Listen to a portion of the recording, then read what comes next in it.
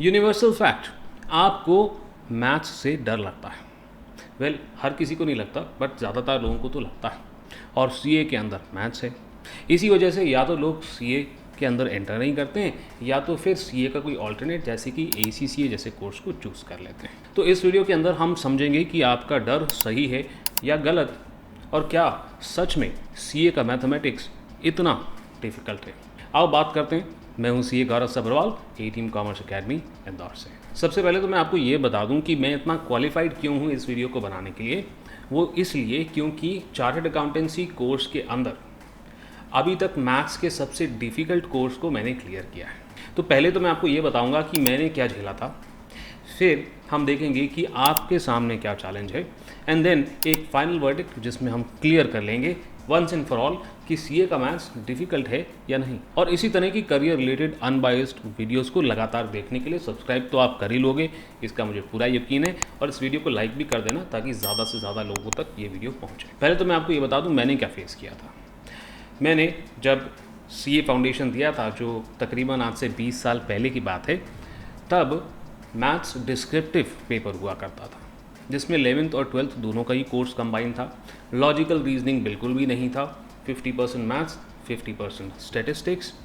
मैं commerce plus IT के background था, यानी कि मैंने भी 2 साल से मैथ्स नहीं पढ़ा था। उस समय ट्रिग्नोमेट्री भी एक बड़ा पोर्शन हुआ करता था कोर्स का, और कैलकुलस भी एडवांस लेवल का आया करता था। और उस समय स्टैटिस्टिक्स के क्वेश्चन सॉल्व करने में बहुत देर लगती थी, क्योंकि डिटेल्ड क्वेश्चन आया करते थे जिसमें डेटा को आपको फॉर्मूले में डालने के लिए अलग अलग कैलकुलेशंस करनी होती थी, एंड देन फाइनली आप अपना आंसर निकाल सकते थे। एक बात अच्छी ज़रूर हुआ करती थी, और वो थी स्टेप मार्किंग। बट अगर आप स्टेप मार्किंग पर रिलाई कर रहे हो तो आपका क्वेश्चन कम से कम 55 to 60% सही ज़रूर होना चाहिए। अगर उससे कम सही है तो फिर आपको 0 ही मार्क्स मिलते थे, उससे ज़्यादा सही है तो ही आपको स्टेप मार्किंग मिलती थी। और लेट्स से कि आपका क्वेश्चन 60% सही है तो आपको 60% मार्क्स नहीं मिलते थे, यानी कि वेटेज, अगर आपने क्वेश्चन कंप्लीट नहीं किया या पूरा सही नहीं किया है तो आपको उस प्रोपोर्शन में मार्क्स नहीं मिलते थे। अब देखें आप आज की डेट में क्या फेस कर रहे हैं। आपका जो क्वेश्चन पेपर है वो डिस्क्रिप्टिव नहीं है, वो मल्टीपल चॉइस क्वेश्चन वाला पेपर है।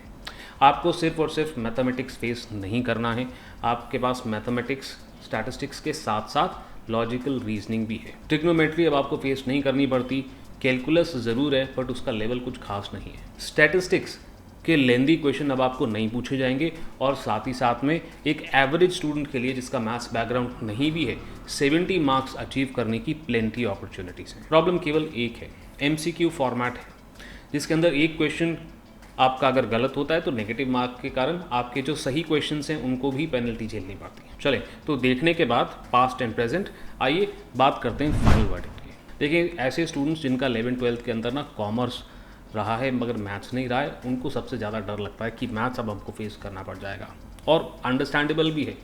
बट पेपर फॉर्मेट ऐसा है कि एवरेज स्टूडेंट भी एक डिसेंट स्कोर इस पेपर के अंदर ला सकता है, क्योंकि अगर आपको मैथ्स से ज़्यादा डर लगता भी है तो भी स्टैटिस्टिक्स और लॉजिकल रीजनिंग के ऊपर फोकस करके आप बड़े आराम से अच्छे मार्क्स ला सकते हैं। आज का सीए का मैथमेटिक्स का कोर्स जो है उसका सारा फोकस जो है ना वो बिजनेस मैथमेटिक्स पे है, और कैलकुलस का बहुत कम पोर्शन है। मेरे हिसाब से ये कम पोर्शन भी नहीं होना चाहिए। वाई?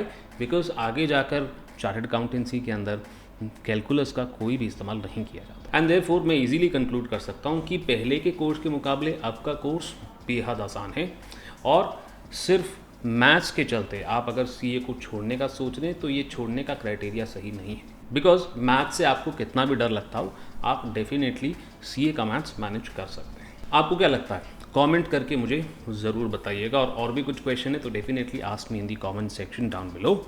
आई होप इस वीडियो से आपको कुछ मदद मिली हो अपने करियर के डिसीजन लेने के लिए। मैं यानी कि सीए गौरव सब्रवाल आपसे मिलूंगा, दैट्स राइट, अगले वीडियो।